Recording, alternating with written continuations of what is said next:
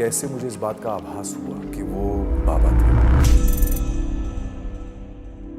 जो भी अपने जीवन में शिव को समर्पित है या शिव से जुड़ जाता है, क्योंकि ये आप नहीं, वो आपको चुनते हैं। शिव के भक्तों में ना कुछ एक सिमिलरिटी होती है कि शिव टेस्ट भी लेते हैं। ऐसा वो एक अग्नि परीक्षा होती है शिव शिव शून्य है। शून्य कर देते हैं। जब शून्य होता ना आदमी तभी उस पर कनेक्ट करता है।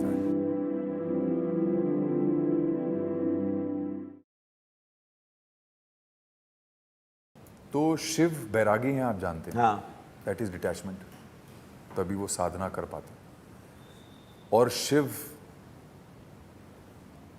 का परिवार भी है। हाँ, वो लवर भी बहुत ही बढ़िया है, मतलब फर्स्ट लव स्टोरी है। और इससे बड़ा उदाहरण कोई हो नहीं सकता है कि हमारी ही एक ऐसी संस्कृति है जिसमें अर्धनारीश्वर पूजा जाता करेक्ट। है, यानी शिव और शक्ति, शिव शक्ति, यानी कि इक्वल राइट्स जो हम लोग बोलते हैं ना आज की डेट में, इससे बढ़िया आपको एग्जाम्पल कोई नहीं मिल सकता है कि अर्धनारीश्वर हमारा सबसे बड़ा सिंबल होना चाहिए।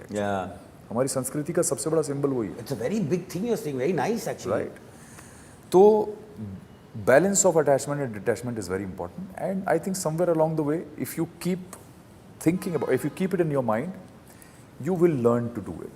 I think that is very मुझे शिव जी की सबसे अच्छी बात क्या लगती है कि एक ही भगवान है जो ये कहते हैं कि जिसे कोई नहीं अपनाएगा उसे मैं अपनाऊंगा, चाहे तुम भूत हो, पिशाच हो, राक्षस हो, गलत कर्म करके आए हो, but if you have come to me I will take you in my, क्या बोलते हैं ना उसको, शरण।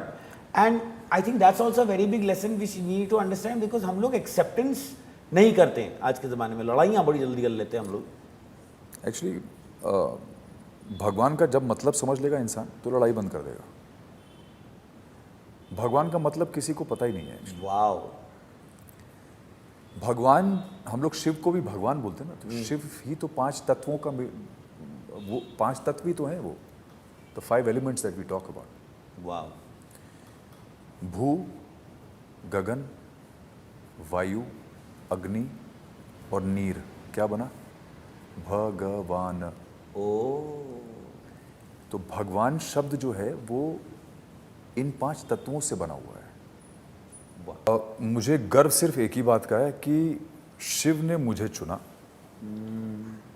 मैं एक ऐसे स्पेस में था कि मैं बहुत आसानी से उनको समर्पण कर पाया, और वो भी ऐसी जगह पे जहाँ पूरी दुनिया आज जाती भी है, नतमस्तक भी होती है। लोग बहुत ज़्यादा उस जगह को अब रिलेट कर पाते हैं, मानते हैं, अब जानने लगे हैं लोग इतना, तो मानने भी लगे, क्योंकि जब आप जानते तभी मानते हैं। तो मैं महाकाल को समर्पित हूँ। उज्जैन महाकाल। Oh. तो वहीं से मेरी जर्नी शुरू हुई थी। See a lot of Shiv in your life, on your body. There's a tattoo right here. What is it? ये एक्चुअली मेरे बड़े वाले बेटे का नाम है। क्या नाम है? निर्वाण। तो वो भी शिव का ही नाम है ना? हाँ, निर्वाण यानी मोक्ष। मोक्ष यानी शिव, है ना। तो इसलिए एक त्रिशूल और डमरू उसके साथ बना दिया मैंने। ये मेरे छोटे बेटे का नाम है विवान।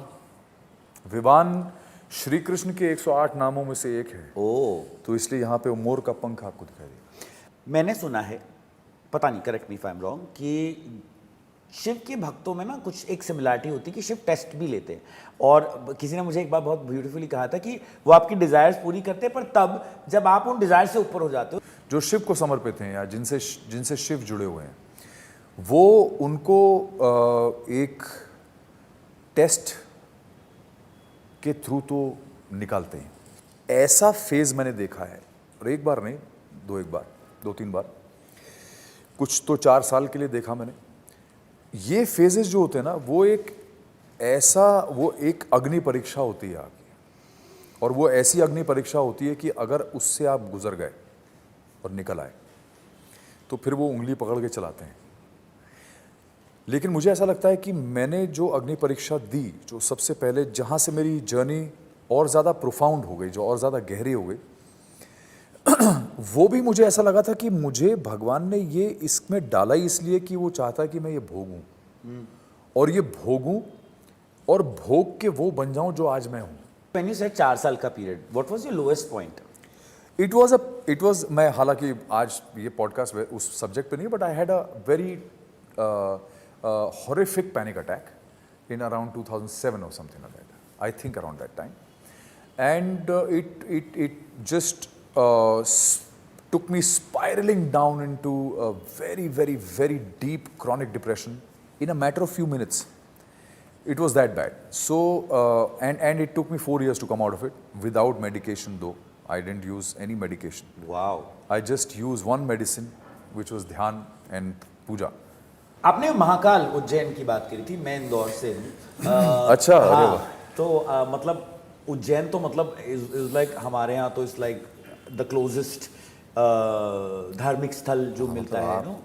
आप तो स्वर्ग में रहते हैं अगर वहाँ रहते हैं। और उन्हें तो मतलब उज्जैन का राजा बोला जाता है। इनफैक्ट आप जब उज्जैन गए थे, यू नो मैं जब भी उज्जैन गया हूँ ना, इट्स अ कैथार्टिक एक्सपीरियंस वहाँ जाना। मुझे ऐसा लगता है वो बुलाते हैं, बाबा बुलाते हैं। मेरा जो पहला एक्सपीरियंस था मैं आपको बता देता हूँ। जब मैंने आपको बताया ना जिस फेज़ में मैं बहुत उसमें डिप्रेशन वाले फेज़ में था और मैं काम भी कर रहा था, सब कुछ कर रहा था, but I was not good, you know. And एक दिन ऐसे ही बैठे बैठे मेरे मन में विचार आया, मुझे अपने बचपन के दोस्त की याद आई। उसका नाम है प्रियांक मिश्रा। प्रियांक मिश्रा मेरा क्लोजेस्ट फ्रेंड हुआ करता था 9th 10th में, और उससे मेरा बड़ा अच्छा कनेक्ट था। तो मुझे उसकी याद आई और मैं सोचा साला कहाँ होगा यार, ये क्या कर रहा होगा। अगले दिन सुबह मैंने फेसबुक खोला और सबसे ऊपर उसका मैसेज था। वाओ। और मैं बड़ा खुश, मैं चौंक गया। मैंने कहा अरे यार। तो बातचीत शुरू हुई हमारी। तो बातचीत शुरू होते होते धीरे धीरे बातचीत करते करते करते करते करते हम लोगों ने बहुत डिस्कशन किया।